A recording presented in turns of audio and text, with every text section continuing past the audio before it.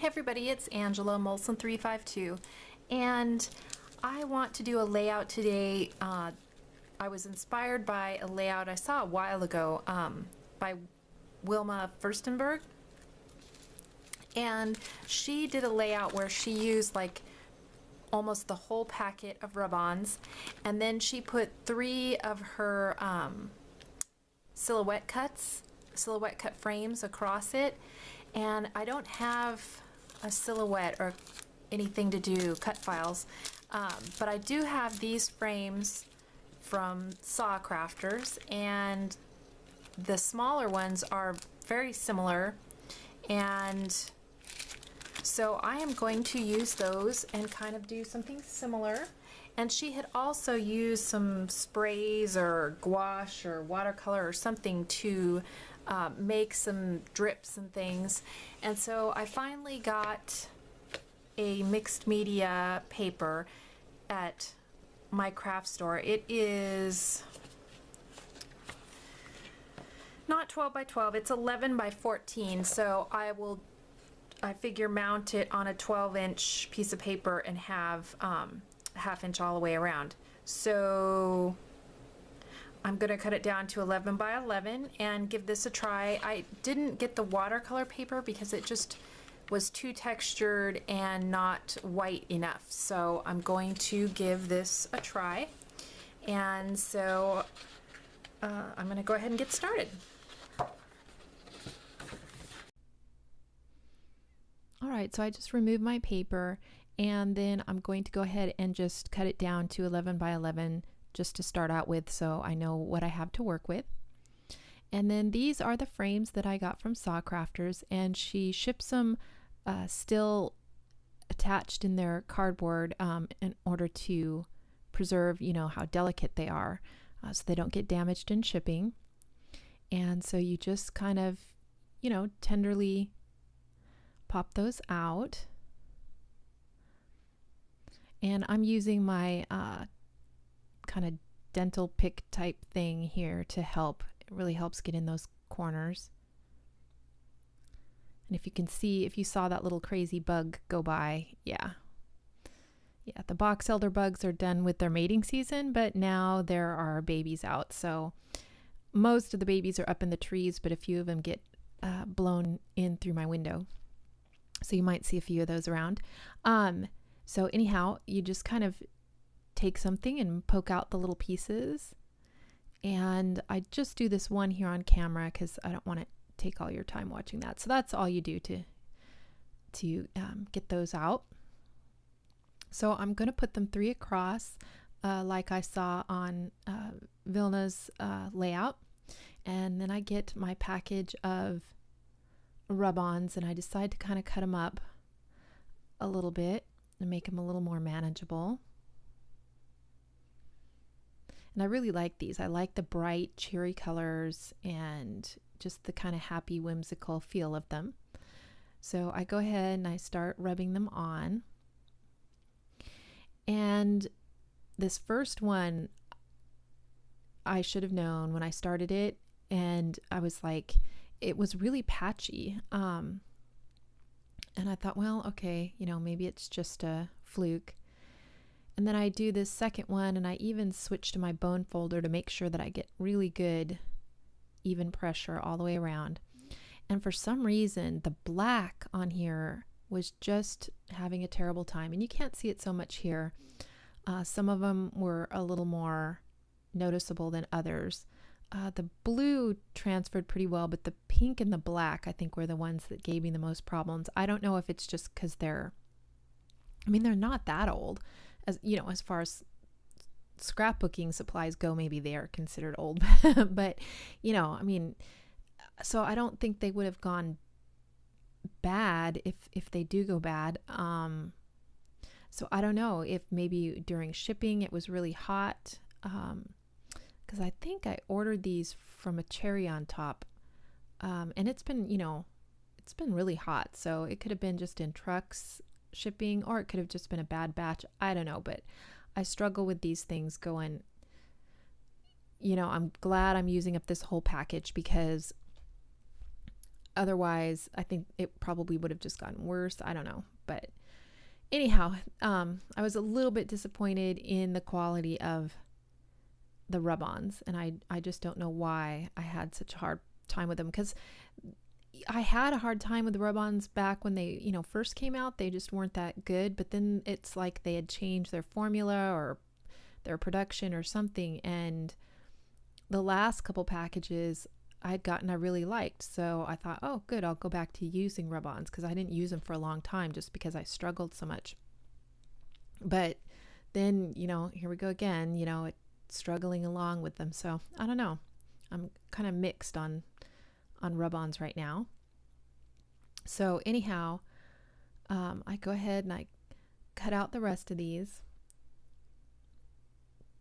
And at this point, I really don't know exactly what photos I'm going to put in these frames. I know it's probably going to be childhood photos just because of the types of images that are in these rub-ons. And so I go ahead and I switch even to this metal, the back of my pick, in order to try to get a better adhesion.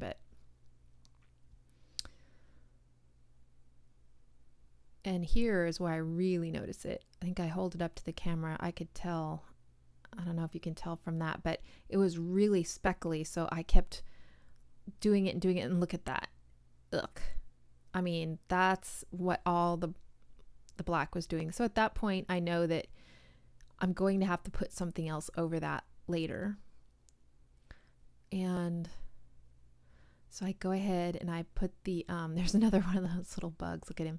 It's like, they just kind of race around. I put the clouds and the balloon and the paper airplane, you know, kind of up higher as they would be up in the sky. And then I kind of put my flowers and stuff, some of those toward the bottom. And I don't know, I really didn't have too much thought behind, just kind of moving the colors around. And I skipped that little black curly Q. I'm like, forget it. Because the black was the worst. The pink was kind of bad, but the black was definitely the worst. And I was hoping that the black thin lines on this little girl would be thin enough that they'd come out, and still I had problems with the transfer. So I press it really, really hard, and I think she's missing an eye or something. Is her eyeballs not on there? I don't know. So I'm like bound and determined that I'm going to make this work, and I figure I can just cover up anything I don't like, and I am going to put spray on this, so that's going to kind of hide some of the inconsistencies in the rub-on. I think about for a minute putting that teal colored rub-on over where the black cat was, but I figured that would just make a bigger mess, so I don't do that. That one, even though it has black, that one transferred really well, the black letters. Some of the black letters on the other transfers were all patchy as well, so I don't know what the deal was. And then I think I stopped because I don't want to make you suffer through looking at me do all those rub-ons. And I punched out the rest of my frames. And so now I'm going to do a little bit of painting. I just got my craft mat out and some white acrylic paint. And I'm going to go over these. And they're really, you know, simple to paint. And I guess the hardest part about it is just getting into all the little fiddly places, and you know, because they're so intricate. And I since looked back at Vilna's layout, and her cut files were a little more simplistic, maybe a little more whimsical, and these are perhaps a little more formal, but they're still give the same feeling. And so I really like how the frames turn out. I'm glad I got 2 packs of them, and then I have one of that bigger frame too, so I'm really happy about that. And I think put 2 coats on these, you know, just to really make it seem white and not have any of that chipboard showing up through. So at this point, you know, I'm just watching. I like to watch a DVD in my scrap room while I scraps. I think I'm watching murder mysteries, usually British murder. And I think I'm going through the Midsummer mysteries right now, but I have all Sherlock Holmes and Miss Marple and Hercule Poirot and, you know, all that kind of stuff. And so I go ahead and I get a coat on all of this. And a suggestion is when you paint it one way, turn your whole paper the other way like that, because you can kind of see the other edge on the edges where I kind of missed places. So it's always good to give it a little check on the other side, just to see if there's any other edges that you didn't catch the first time around. And I did use my heat gun to dry this a little bit. It wasn't so bad in my craft room when I was doing this. I think it was only in the 80s, so not like the other day when it was like 90 something in there. It was like, oh. Today I think it's just going to be 90 degrees as well. So anyhow, I get my project, and I'm going to put 3 different colors of spray on this. I have this one, I think they're all Heidi Swap, and this one's supposed to be chartreuse, but it's really kind of a darker green than chartreuse. And then there's this yellow. I really like the bright yellow color of this, and I just want it to drip up and down. I don't want any sideways drips. You know, I don't want it to run sideways. I just want it up and down.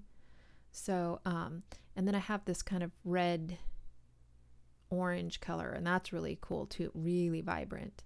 I just wish this chartreuse would have been more of a yellow green chartreuse than as dark a green as it was. So I'm really liking that. And I take my heat gun, and like I said, that covers up. I went ahead and did the spray because even the little bit of splatter I got with the spray kind of helps cover up how uneven the rub-ons were. So you don't notice that quite so much. And so, and it also has the Heidi Swap has kind of a gold shimmer to it, so it's really pretty. Real bright, vibrant colors. And I'm really liking the mixed media paper so far. I mean, look at what I've done to it, and it's, you know, hardly buckled at all. And I don't have any problems when I go to adhere it down to my 12 by 12 sheet. It just goes on perfectly. So I'm definitely learned my lesson and will use the mixed media paper from now on, because it really does make a difference, especially when you're using a lot of spray mists and things like that. So I just kind of dry those up a little bit, and I go ahead and place them on and decide which frame's going to be in the center. 2 of the frames are a little bit heavier, and so I put the heavier ones on the outside and the little bit thinner design on the interior. And I want to put some strips of paper down the center just to kind of ground those 3 frames. And I had some scraps of this crepe paper from, it was from American Crafts. Was it from, oh man, I can't think of the collection right offhand, but you guys know. So anyhow, I took 2 strips of that, and I really like the texture that the crepe paper gives. And I trimmed that, and I'm not sure if I'm going to use both of those or just one, and which one's going to be on top. I don't want it to get too colorful, yet, you know, I still want to stick with these, you know, the vibrancy of everything. So, because my pictures, I know at this point, they're going to be black and white. So I'm looking at that. It's a little bit softer. And I'm liking that the white being, you know, the one on top, because it just kind of tones down. But, you know, the yellow still shows a little bit. Man, I didn't notice there's like 2 little bugs crawling around. Ugh, those little things. I had my window open just because it was so hot. I don't have any screens on that window, so they kind of just get blown in because they're so tiny. So anyhow, I'm just kind of looking through my scraps, looking through different colors, and I'm wondering if I shouldn't put blue. And then I'm thinking, well, I don't have that much blue. I have more of a green tint to it. So I look for scraps that have more of a green feel. And then I also have this orange, but that was just a little bit too much. So I'm kind of liking the blue. And so I go ahead and cut a piece of it.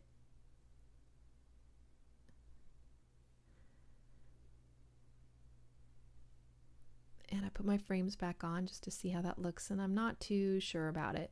It's just a little bit too, I don't know, too dull. So I fuss around here. You'll get to see kind of the different colors, and I guess they all look pretty good, you know, but yeah, I was just kind of, I don't know, going for some kind of look I had in my head, and that just kind of toned it down a little bit too much. So I took some of that off just to give less of that blue. And so I'm like, no, I'm just going to go with the yellow and in the white crepe paper and maybe put something on top. And then I want the white to be over the yellow so that it tones the yellow down. And then I don't want to cover up too much of my rub-ons, but I just want to get them positioned nicely. And that, you know, gives me something to ground my photos, and it gives a little bit of texture as well. And then I pull just a piece of this just to pull some orange up in there and to kind of give a vertical stripe to that as well. I just kind of fluff those up and put my things on there. And so my video stops, and I'll show you just what I did that I added since then. I put my pictures in, obviously. I added 3 American Craft bows and some enamel dots, and those are the only things I add.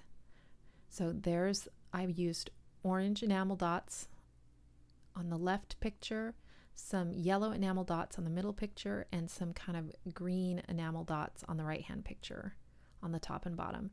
And there's the bow. And you can see I put a bow over that cat so it's not so noticeable.